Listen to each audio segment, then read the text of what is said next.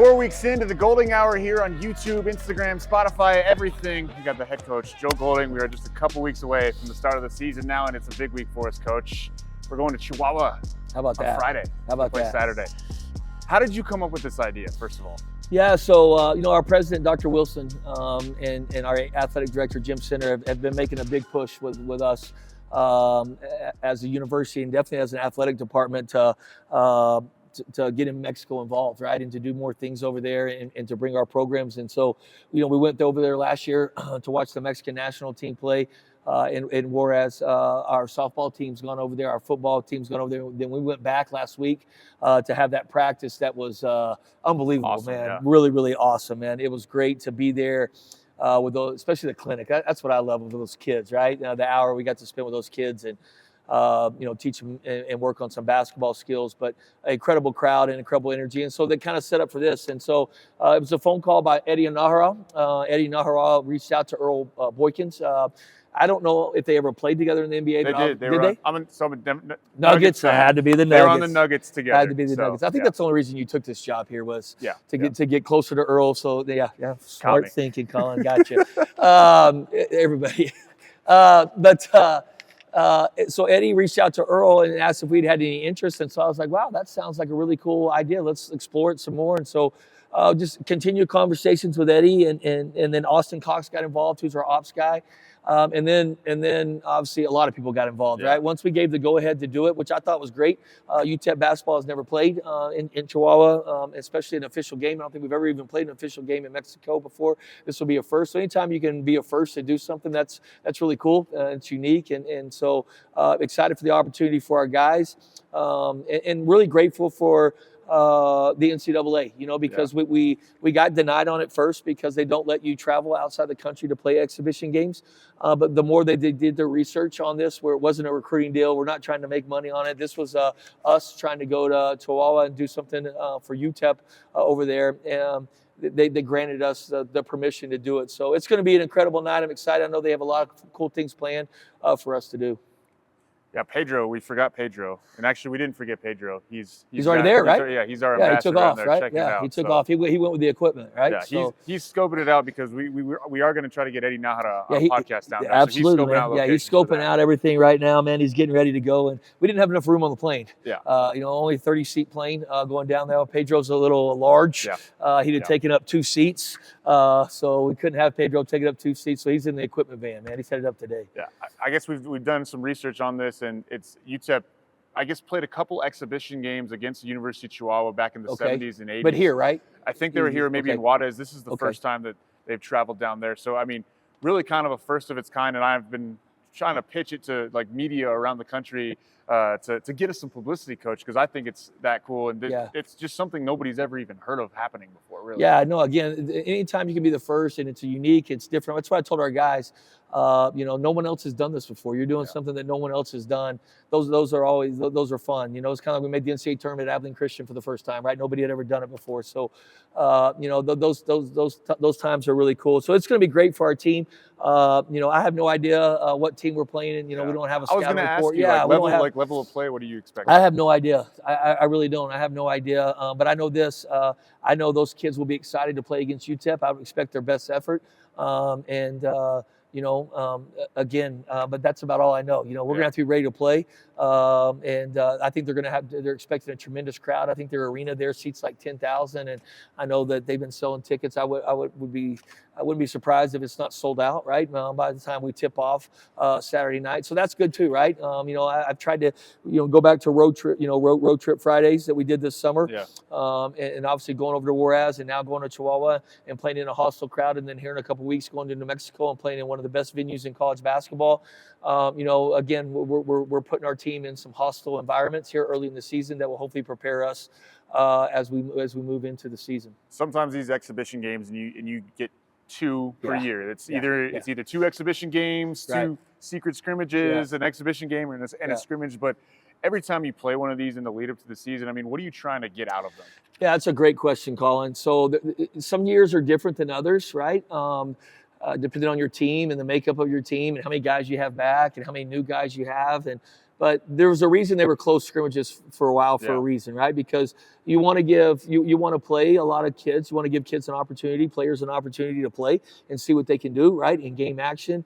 You want to try different lineups, you know, from time to time in these exhibitions and scrimmages to see kind of what it looks like, so you can have tape on that. You know, and then you want to try some things, right? In these scrimmages, offensively and defensively, that you might not try in a game, right? But you'll try it in a close scrimmage and exhibition to see if you can't find something. So those were why they were close scrimmages for a while, because in the world we're living in, right, with social media, they'll take a close scrimmage and they'll put the score out there, and they give up on you before the season even starts if you lose a scrimmage, right? So there's sometimes that players don't play, right? In scrimmages, you'll hold guys out, or you might have starters that don't start or play as much because you're trying to give other guys. So every year is different. Every exhibition is different. But, you know, ultimately you're going out and you're competing. You're playing against somebody else, which is important. We're not playing against ourselves, which we've been doing all summer and all fall. So I think getting the opportunity to go play somebody else, I know our guys are excited about that. I guess piggybacking off of that a little bit, the process over results is a motto in athletics. It's very common nowadays. You kind of see this in that vein, I guess, of where, like, you know, this is just building towards the November 4th, right? Yeah, we're building towards November 4th, and again, right, it's process driven, and you know, we have a saying in our program, every man's journey, right? Everybody's journey is different. And so this is just part of it. And, you know, but I'm excited. You know, we obviously had 2 opportunities to play in the Bahamas, so we've had some live play together before. But I'm excited to get our team. I think we've had some good practices here leading up to this. I thought this week our practices have definitely been elevated, and I think that's because they know that we have a game coming back. But, you know, like when you look at our team, we've got 9 scholarship guys back. You know, you have your 9 guys back, and then we're trying to work these new guys in, right? Trying to work Bynum and Barnes and KJ and DC and these guys into the rotation, right? And see where they fit and how they play with guys. And you've seen it in practice, and I like what I've seen. There's been some good things happening behind the scenes, but now you got to go do it when the lights come on. And so, you know, that's the exciting thing for me. And then more important than anything, you play against somebody else. We have good film. We'll take that film and we'll work hard Sunday and Monday on that tape and clean up some things. And then obviously have all week to get ready to go play New Mexico. In your mind right now, I know the depth of this team is one of the things that you like the most. Like, are you stressed out about just in terms of how you're going to do the lineups, because there are so many guys that seem like they can contribute? I mean, a lot, you know, I guess a lot of guys. That's a good problem to have, right? Happy, Yeah, guess, that's a good problem to have. But, you know, adversity's coming, right? Things happen throughout the season. And so depth right now is good for us. I like it in practice, but they got to go earn it on the floor too, right? Nothing's given to them in this program. You have to earn everything you get in this program. And so, you know, guys will earn minutes by playing good basketball, right? Doing the things that we want them to do on the offensive and defensive floor. Offensive end of the floor, we got to value the basketball, right? We've talked about that a lot. We got to take care of the basketball. The basketball's got to move. And then we got to play with some discipline, right? We got to execute sets when we need to execute sets and get the ball to where we need it to go. On the defensive end, we ask them to fly around, right? They got to play with the motor. They got to fly around. They got to guard the ball. You know, and then we have to rebound the basketball. And so, you know, again, if they do those things at a high level, when they get the opportunity for minutes, and their minutes increase. If you don't do it at a high level and you can't do it consistently, Colin, then your minutes decrease, right? And so, you know, they earn everything they get. They know that, you know. But right now in the exhibition game, that's what you're trying to find, right? You're trying to look at those things and see who's earning those. So when you get to November 4th, you have a benefit. I think we can play 10 players this year. I do, which is a lot at this level. But I think we can play 10 guys. I really do, and that's the plan that we have moving forward. And if we can, that would be great. That would be great for me as a coach, because you're giving the opportunity for 10 guys to play. And obviously that would mean our depth is really good to be able to do that. A guy that you brought in from Tarleton State in the offseason, you look at Devon Barrett, and he's listed at 6'1". They're nice. They may have been nice about that, but he is. I have been so surprised, like when we go 5-on-5 in scrimmages, like how easy it is at times for him to score the basketball, to take over. I mean, it seems like he's a guy that maybe you haven't had in a couple I'm excited of years. about Devon. He's been really good here since he's gotten here. But I think the one thing about Devon, that if you ask our guys, our other players, and our staff, is just his unselfishness. You know, he just really, really knows how to play the game of basketball and makes the right play over and over again. And he gets the basketball moving. And that's why the basketball for us, you know, I think our fans will see that soon, is the basketball really, really moves right now. The ball movement. been really good, and it starts with Devon. Devon's really added that, to our program and to our team, and that stuff's contagious. When you have one guy that can do it at a high level, then other guys start moving the basketball because they know the basketball is going to come back to them. And so that's the one thing. He's a great teammate. He's a great teammate, and he makes the right play. And I think our guys really respect him for that. And then he's older, Colin. This is his he's his third year in college basketball. It's his second year to play Division I basketball, and he's a proven player. He averaged 14 points a game. He shot 88% from the free throw line or whatever it was. Had a great assist to turnover ratio at Tarleton, a program that we have a ton of respect for. And in the WAC, and they tied for the WAC championship or finished second in the WAC. They were right there. He's just a winner, He's won. He's played basketball already at a high level, and you can tell, right? He takes that approach. He takes a professional approach. Practice every day means something to him, right? He's not going in there and BS in practice, right? He's going in there and he's getting after it, and our guys are feeding off that, and that's been good for our younger players as well. And he saw that, I think, growing up from his cousin, Will Barton, who played at Memphis, actually beat UTEP in the Conference USA title game he was in here 2011. at that game. I think his dad's been in town the last couple of days. Yeah. They said that Will brought him down on the court. They had a picture. Picture with it. And obviously Will Barton played about a decade in the NBA. So you see that at a young age. I'm sure that helps. And, you said it on Twitter a couple of weeks ago. You never had a tough or a soft player from Lawton, Oklahoma. No, man, I love recruiting Lawton, Oklahoma. Yeah. I moved to Wichita Falls my junior year, and I got a chance to coach Tevin Foster at Abilene Christian, who was from Lawton.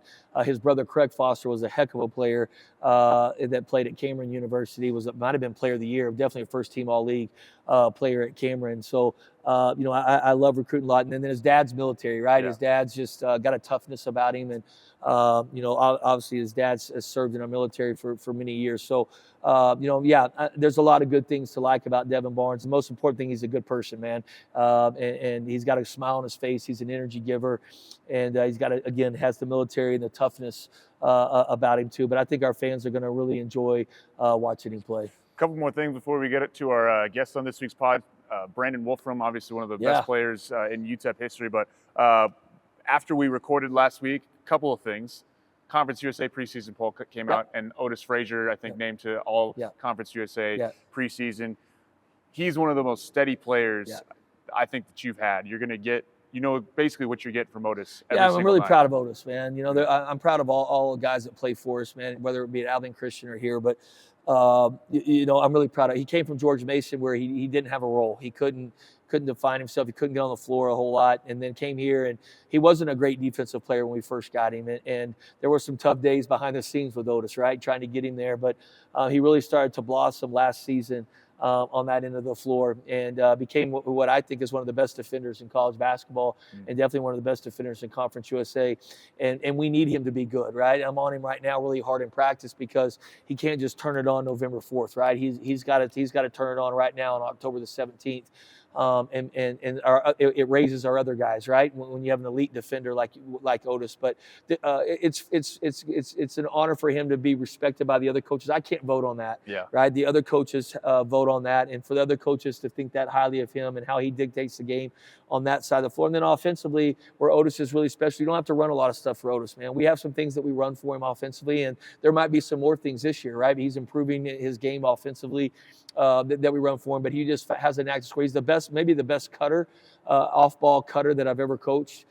He does a tremendous job of doing that, and he's really good on the offensive glass. He's doing a good job so far this summer and fall of touching paint and creating offense for other players, which is something he didn't do last year. And I think that's important for the next step of him, is not just scoring the basketball, but creating points for other guys on the floor, because he draws a lot of attention when he touches the paint. We call that paint gravity. When you touch the paint, how many people can you draw to you, right? If you draw 2 defenders or 3 defenders, you're creating points and offensive opportunities for other guys, and he does that a lot. So working on him, more assists this season, and he's really taken that. And then his leadership. His leadership has been really, really good. He's now been with me for 3 years, so he's been around us. And, what I really appreciate about Otis is he never wavered on leaving. He came in my office right when we got back from the college, and that's always a nervous time for a coach, for us with the transfer portal. And he came right in my office and shook my hand and said, "Coach, I'm not going anywhere. Don't worry about it." And so the loyalty that he showed to me, man, from day one, and the buy-in that we've gotten from him, to see the reward for him that he's getting now, I think he's going to have a tremendous senior year. And he is an all-conference player in our league. Conference, I think, tied for 5th in the preseason poll. Do you pay attention No, to that? zero. Like, whether you're first, Yeah. whether you're 10th, you pay attention at all? That's paper, right? Like it's paper, right? You got to go earn everything, right? We're going to decide that in January and February. We're going to have a great opportunity, right? We opening weekend. We're going to play the preseason favorite, La Tech, and I think Sam's second or third. So the opening weekend, we're going to have a great opportunity to make a statement right off the bat here at home at the Don Haskins Center. But I know this, there's really good coaches in our league that I've got a ton of respect for. There's really, really good players in our league. I think our league is going to be better than it was last year. I think this league is going to be terrific. I think this is an undervalued league. I say it all the time. Again, tremendous players, tremendous coaches, tremendous home venues, which is why it's so tough to win on the road in this league. There's just really, really tough environments that you have to go play in. So we got our work cut out for us, man. And I think every coach in our league would say that, right? There's so much parity in our league. Anybody on any given night can beat anybody, and that doesn't happen in every league around the country, man. But in Conference USA, the basketball is so good, the parity is so good that on any given night, anybody can beat anybody. And so I'm excited about it, right? It's a long ways away, but it'll be here before we know it. We got a lot of work to do before we get there, preparing our team for those 18 games. All right. Coming up next, we're going to have Brandon Wolfram, obviously just went into the UTEP Hall of Fame, third all-time leading scorer in UTEP history. And check out this Hall of Fame class that you went into with. It's Brandon Wolfram, Beto Batista from men's basketball. You got Isabella Pekarska, who I think is the second or third all-time leading scorer for the women's basketball team. Right. She's probably in the top 5 with Kayla Thornton and a few others. You got Toby. Hey, shout out Kayla Thornton real quick, yes, man. Huh? Yeah. We got a 2-1 lead going into. They playing tonight or tomorrow? Probably tomorrow. I think it's tomorrow. 2-1 My girl. Big three. Sabrina. Big three last night. Appreciate big Love three. You. But let's go, Kayla. Rooting for you hard, man. Let's go, Liberty. Yeah. So Kayla Thornton. I think she's in the UTEP Hall of Fame already. But Isabella Pekarska, Brandon, Beto Batista, Tony Tolbert, 3-time Super Bowl champion with the Cowboys. I stood next to him last night, man. Big dude. And I'm a big track fan. This one was big for me. Toby Amusan, she national champion in the hurdles at UTEP. She's the current world record holder in the 100-meter hurdles. World record holder from UTEP. How about that? So she went into the Hall of Fame as well. So couldn't have had a better class, I don't think, for Brandon to go in with. Great guy, and kind of even though he is third all-time in scoring at UTEP, I feel like he gets lost a little bit because maybe the team didn't go to the tournament. They played on 2 different coaches. But he was a bucket, man. Like mid-range player of the jump year, shot. Right? Yeah. Player of the year. And not just UTEP Hall of Fame, El Paso Hall of Fame, Panhandle back in. I mean, he's a multi-Hall of Famer, Colin. We're talking about legend. Yeah. GOATs. And he's around the program a lot, so let's get to it. You're sick of hearing from me. Here's Brandon Wolfram.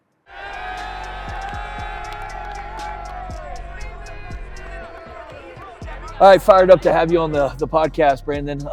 It's been really good for me to get to know you over the last couple of years, and then obviously we'll talk a little bit now about a more important role that you're playing in our basketball program. But first, let's brag about you a little bit, man. Exciting week for you. I know you've already been inducted into the El Paso Hall of Fame, but now this week, the other night, inducted in the UTEP Hall of Fame. Can you just talk a little bit about that and what it means to you?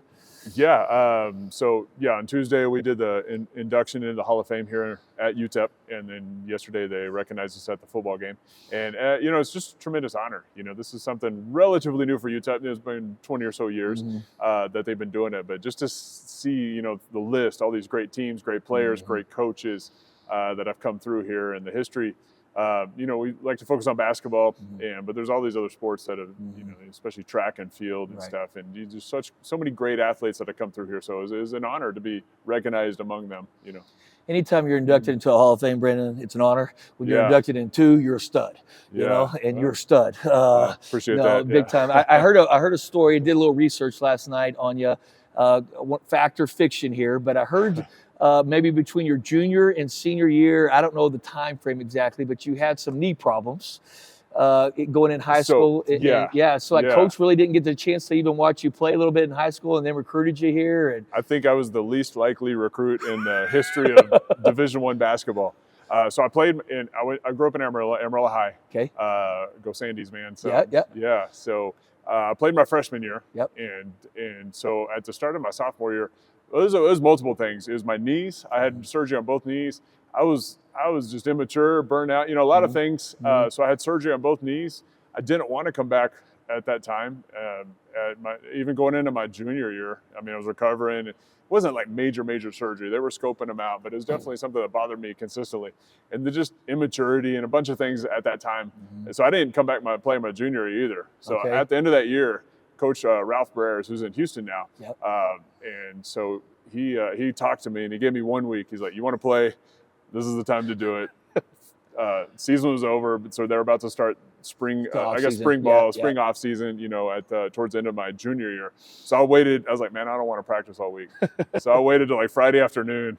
And Coach, I had dinner, lunch last year when I was in Houston with Coach, and he still talks about this story. He's like worried all week, am I going to play or not? So I waited the very last minute so I could miss that week of practice because Coach, man, he worked us hard. So then I told him I was going to play, and so I started with the school at the end of my junior year, and then I played AAU. The necessary evil of basketball in America. So I played AAU. We went some big tournaments in San Antonio, Dallas, and I guess some kind of recruiting service saw me there. And so that's somebody that knew Coach Haskins. And so I actually ended up signing that fall early before ever playing a varsity game. How about that? And just based on AAU. And so it's kind of weird. I guess they were catching a little bit of flack down here apparently because who is this guy? No, 0 stats, doesn't even play varsity. But it worked out. Yeah, that's awesome. You know, every recruiting story is unique. You know, the longer I'm in this business, very rarely do you sign a player that ends up going into the Hall of Fame, and not just any Hall of Fame, like you mentioned it. Obviously our track program, tremendous history.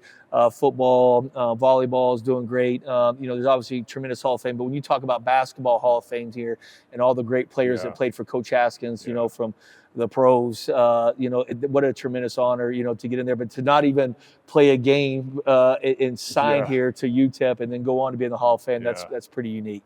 Yeah. And pretty cool. Yeah, I mean, looking back, it's weird. Going through it is like, okay, next step. But looking back, I'm like, that's kind of weird. All right, a couple questions, man. Every time I always want to hear Coach stories. I'm just, obviously, he's the GOAT around here. He's the legend.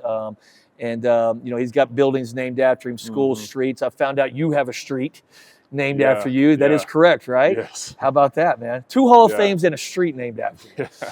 That's production, people. That's. I think they're just running out of Hall names for streets, man. They were just digging the bottom of the barrel. Man. Give us a good Coach story or playing for Coach, for our fans out there. Yeah. So this is the number one question I'm always asked is about Coach. What was it like playing for Coach Haskins?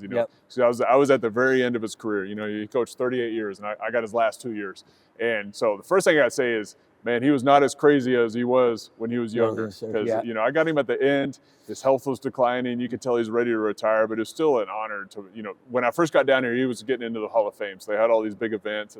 All the people came back, all the ceremonies and stuff. So that was really cool. To experience that. To experience that and to see everybody that was connected to him. Mm-hmm. So it was a great experience playing for him, but these 66 guys, and they would come back and they would call us soft because we got water during practice.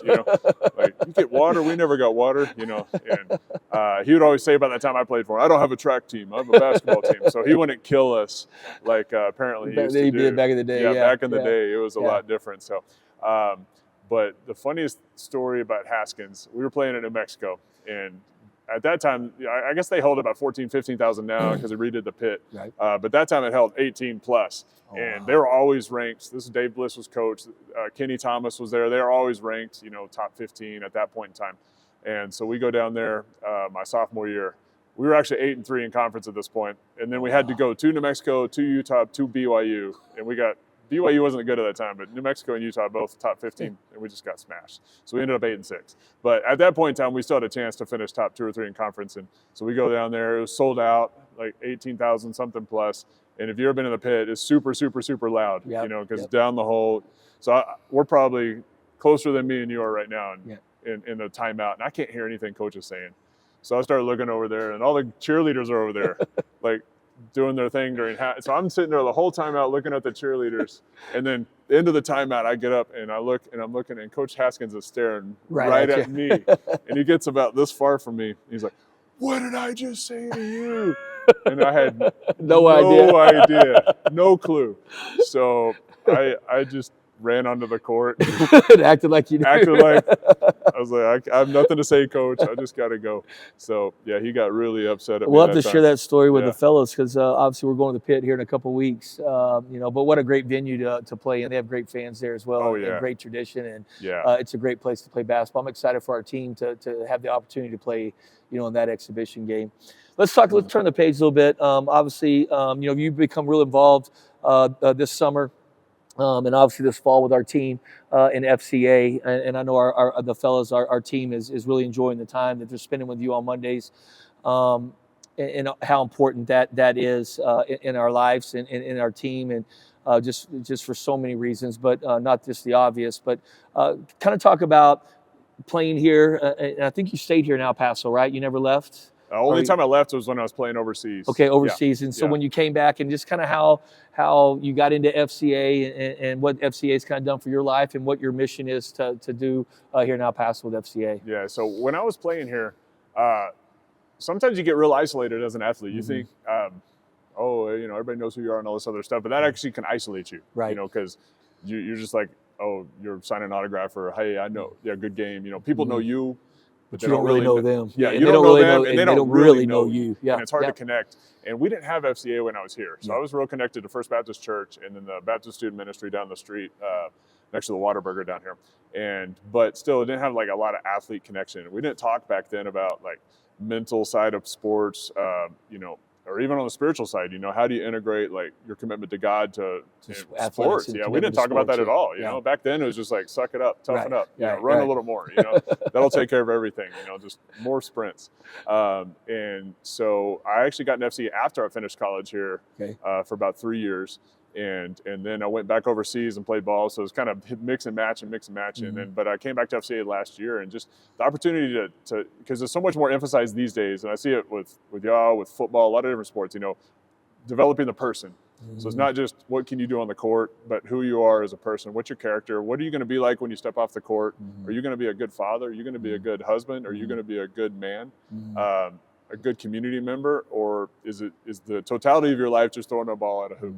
And so seeing it from a bigger perspective, and I think that bigger perspective makes people better athletes too, because your whole identity is not tied up into your performance. Into wins and losses, or how many points you score. And every athlete struggles with that, Christian or not. It's if I have a good game, I'm on top of the world. Everybody loves me, and if I have a bad game, everybody hates me. Yeah. So it's real up and down. So getting your identity tied into something outside of basketball, I think is so important. And I agree 100%. To me, it's even more important than when I played or you played, because we didn't have social media around, and now, these kids, they live on their phone. You can't take their phone away from them. That's their lifeline to the world.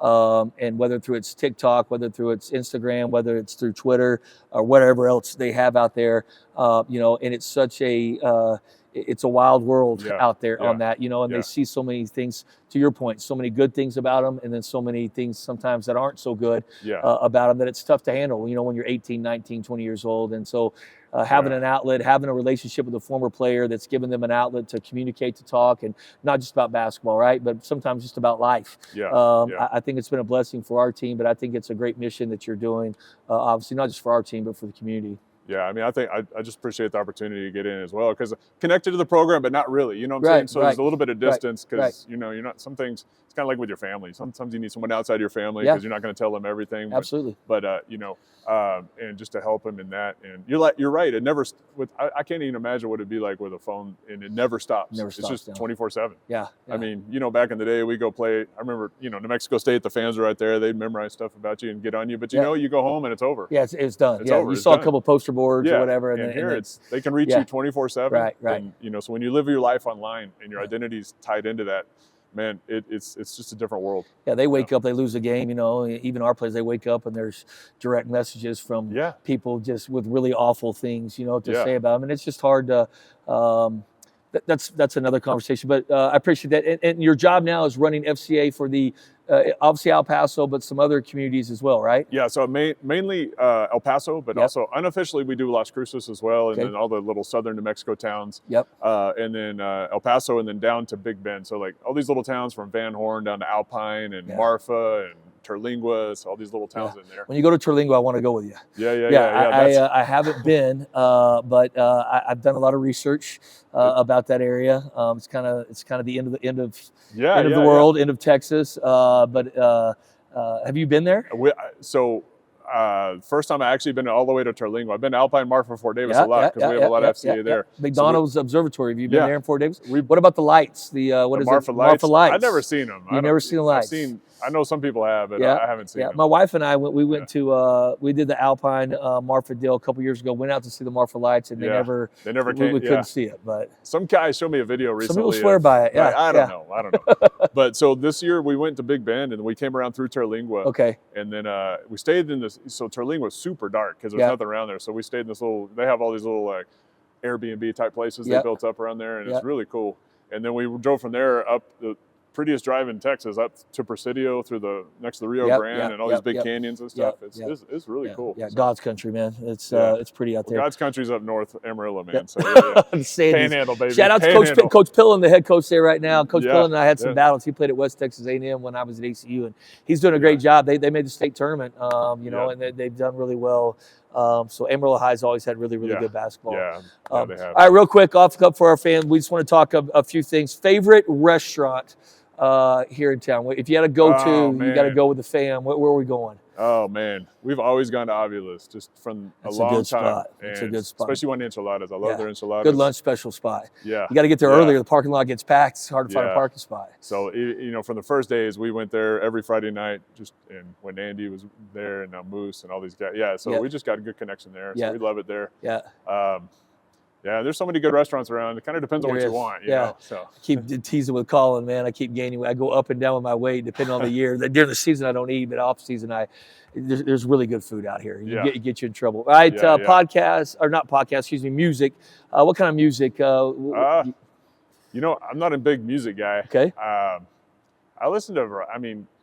Whatever my daughter's got on, so we'll listen to some Christian music, some hymns, sometimes old school stuff, sometimes she like country. My wife, so just a mix. But I'm not like a huge music guy. You're not putting the earphones in. Back in the day, before games, would you listen to music before a game? That's why you're in the Hall of Fame, Brandon. Man, you just laced them up and went and played, man. Whack Player of the Year right here. All right, what about favorite Bible verse? What's man, I know you probably got a bunch, but. Yeah, I've been thinking lately about Colossians 3:23, where it talks about do everything as if you're working for God, not for man. Work heartily as if you're working for the Lord, not for man. That's been an important one lately. Probably that one. It's kind of one of those things. I don't know if there's just one. There's certain things that how it is reading the Bible. You read stuff and like something hits you, and like God will speak to you through that, and then something else, and then something else. We used it with our team back at ACU one year. I think it was Mark 3:25, with the house is divided. The house cannot stand alone. And we were talking about our team, about if we're divided or we're split, right? The house will fall apart. But if we come together as one, the house stays strong. I believe it was Mark 3:25, if memory serves me correct on that. Yeah, I think also from Mark 8:36, where it said, Jesus said, "What does it profit a man to gain the whole world but to lose his soul?" It's talking about perspective. Perspective in life. Perspective. Yeah, how about that? Thinking about basketball, I know, I was a grinder, and everything I said earlier about putting your identity in basketball, that was me. Like, where's your perspective? So having everything in order so you can really flourish in your life. Yeah. Well, thanks for having you on. I really appreciate you coming in, and thanks for everything you're doing for our team. Congrats on the Hall of Fame. Thank you. I know it's been a great week for you, and we're supporting you here. Obviously, men's basketball, we're happy for you, and thanks for everything you're doing again for us. Yeah, thanks for having me. You got it, Brandon. Thanks for coming in. Appreciate you.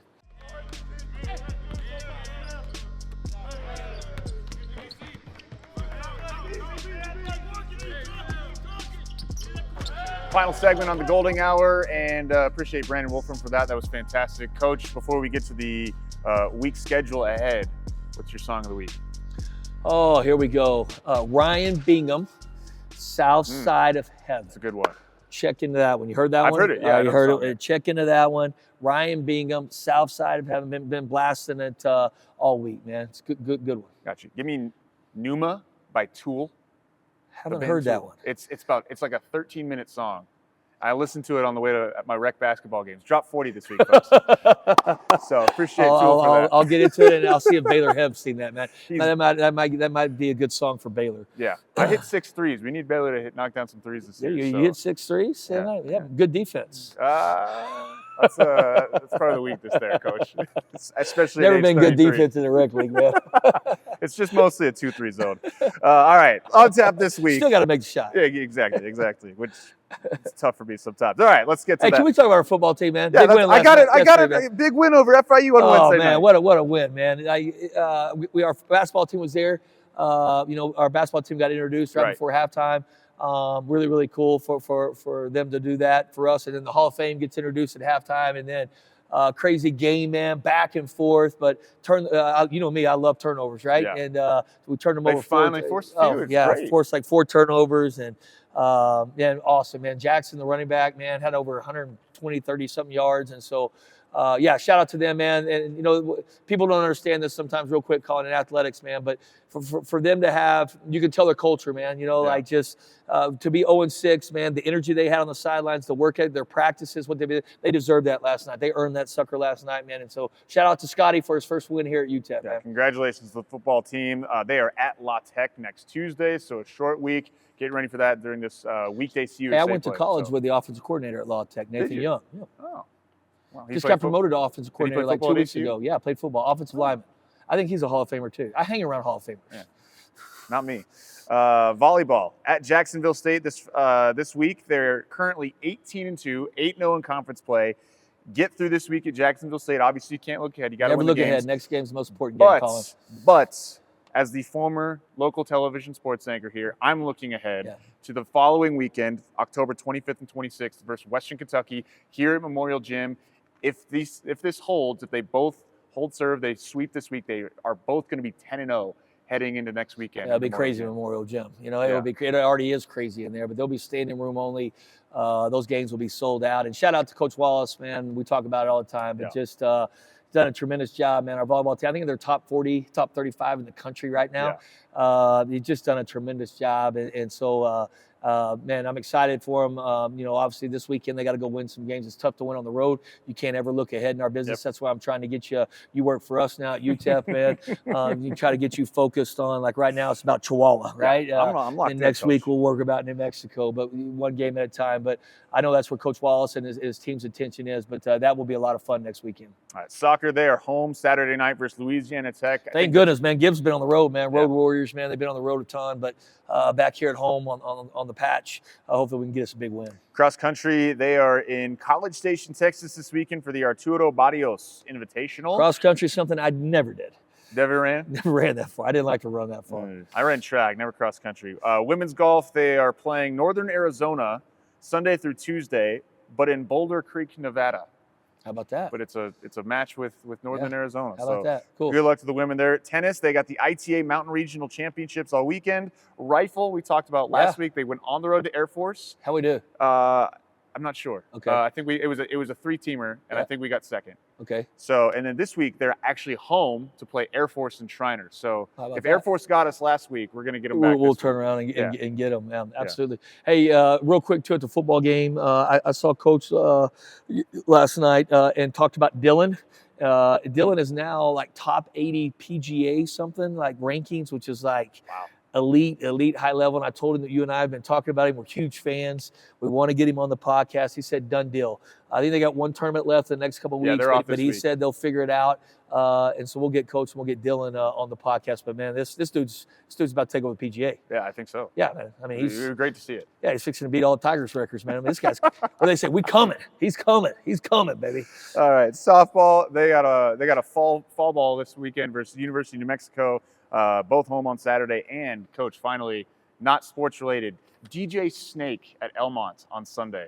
DJ Snake. Yeah, E knows. He's our manager. He knows everybody, man. He knows everybody. He needs to make sure Pedro gets to Chihuahua, and that's what he needs to do. And then I'll research DJ Snake and Tool this week. I don't think DJ Snake will be up your alley. Tool, maybe. You need to get on some Ryan Bingham. You can get some Ryan Bingham. Be good for you.